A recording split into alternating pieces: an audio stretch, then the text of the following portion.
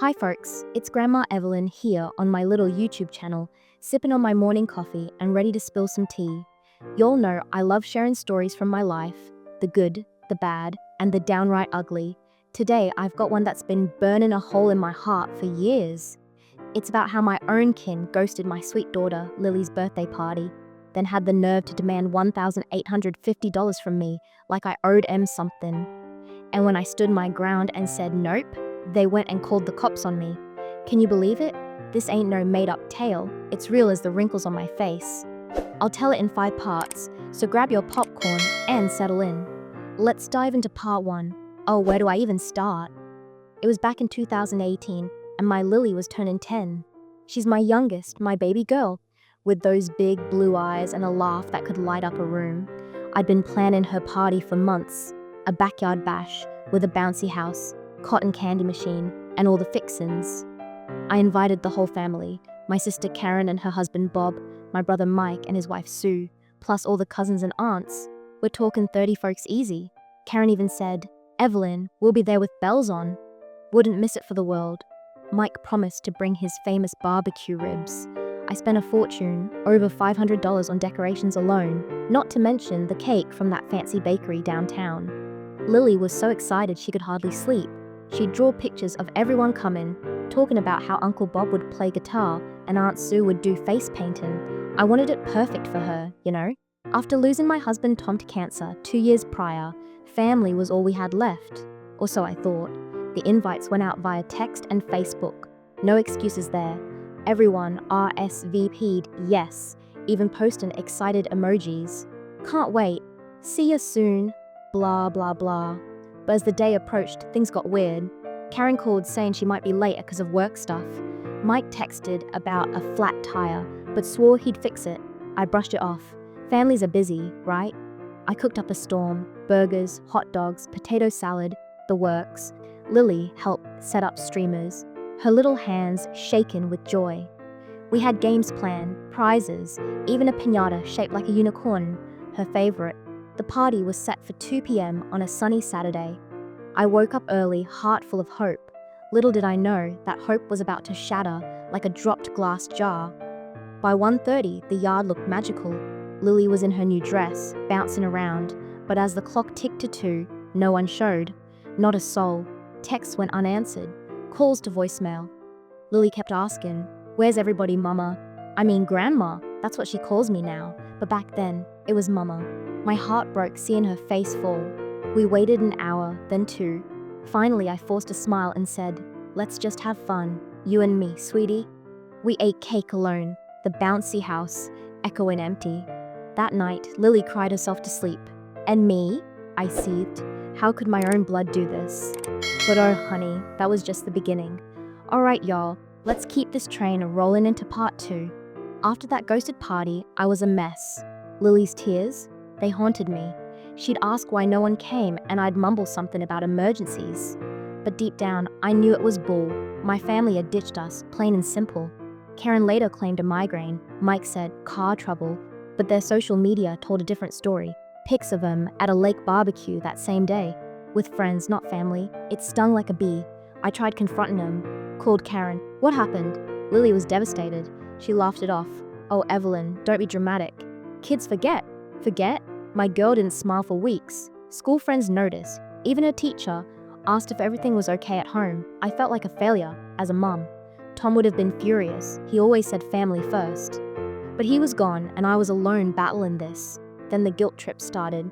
Karen texted, "Sorry we missed it, but life's busy." No offer to make it up. No gift for Lily.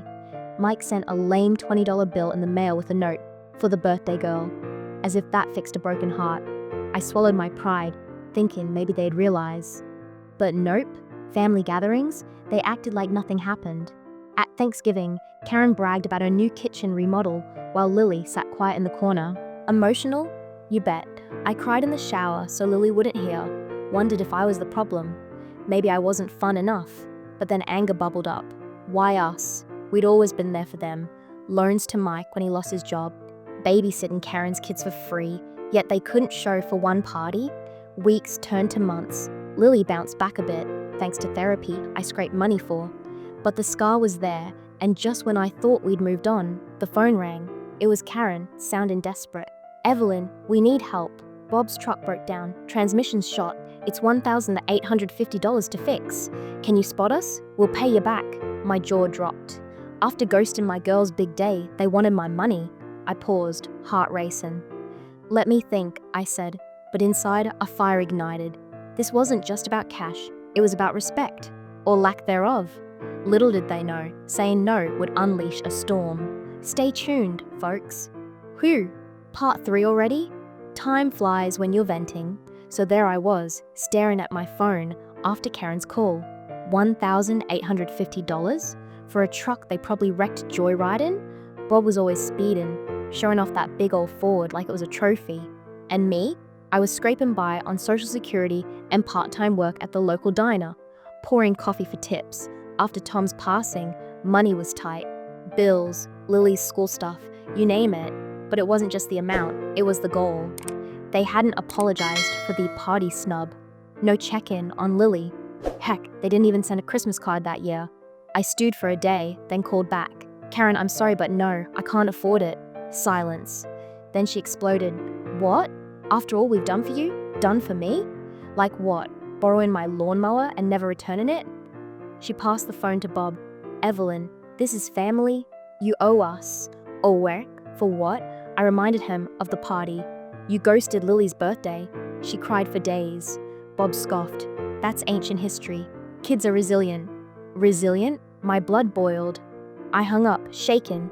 Next day, Mike chimed in via text. "Heard about the truck? Come on, sis, help him out. We're blood." "Blood?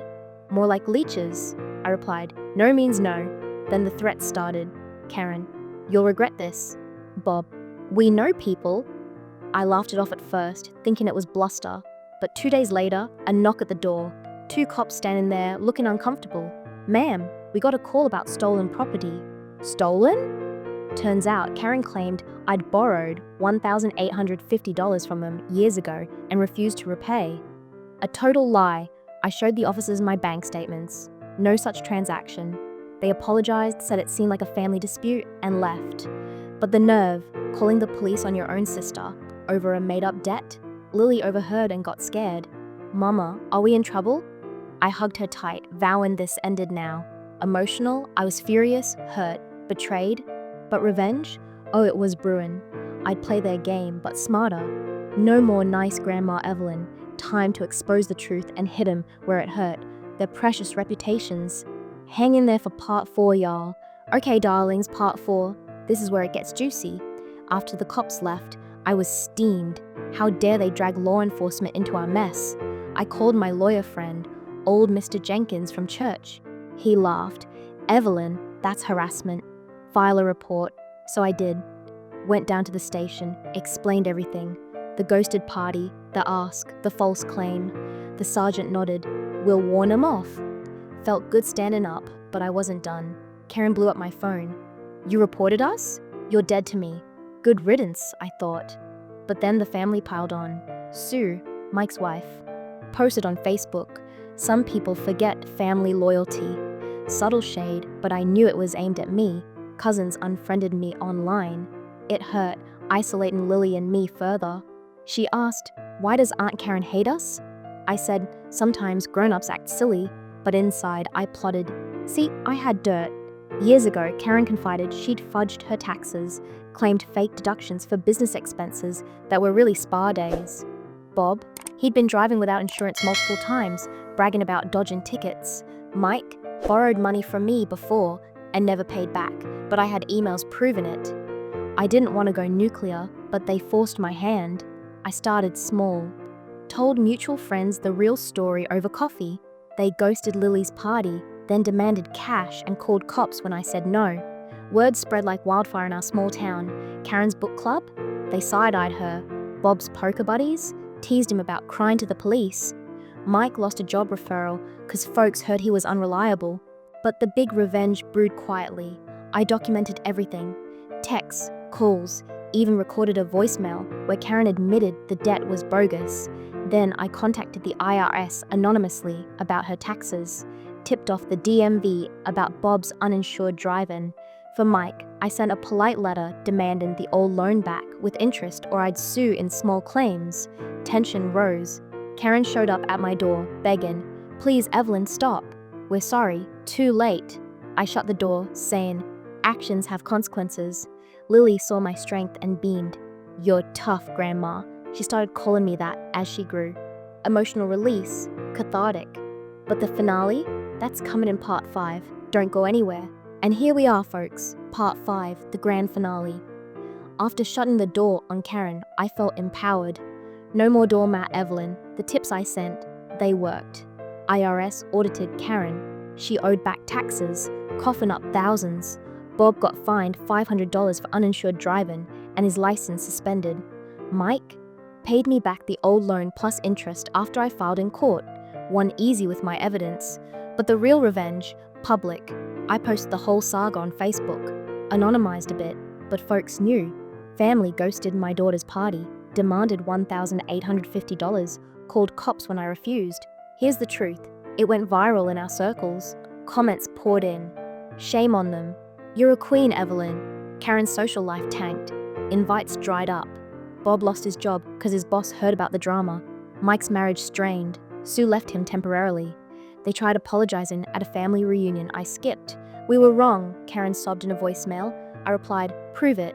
They sent Lily a belated gift, a bike, and checks for party costs. But trust? Shattered. I cut ties, blocking numbers. Lily thrived. We made new family with friends who showed up. She graduated high school last year, top of her class, and now calls me Grandma with love. Me? I started this YouTube channel to share stories, helping others stand up to toxic kin. Views? Over 10,000 on some vids. Emotional heal. Priceless. Looking back, the ghosting broke us temporarily, but saying no rebuilt us stronger. Revenge wasn't about hurting them, it was justice. If you're dealing with similar, remember, blood don't mean obligation. Set boundaries, document everything, and don't fear the fallout. Thanks for listening, y'all. If this resonated, like, subscribe, and share your stories in the comments. What's the craziest family drama you faced? Hit that bell for more from Grandma Evelyn. Stay strong out there. Life's too short for fake folks. God bless.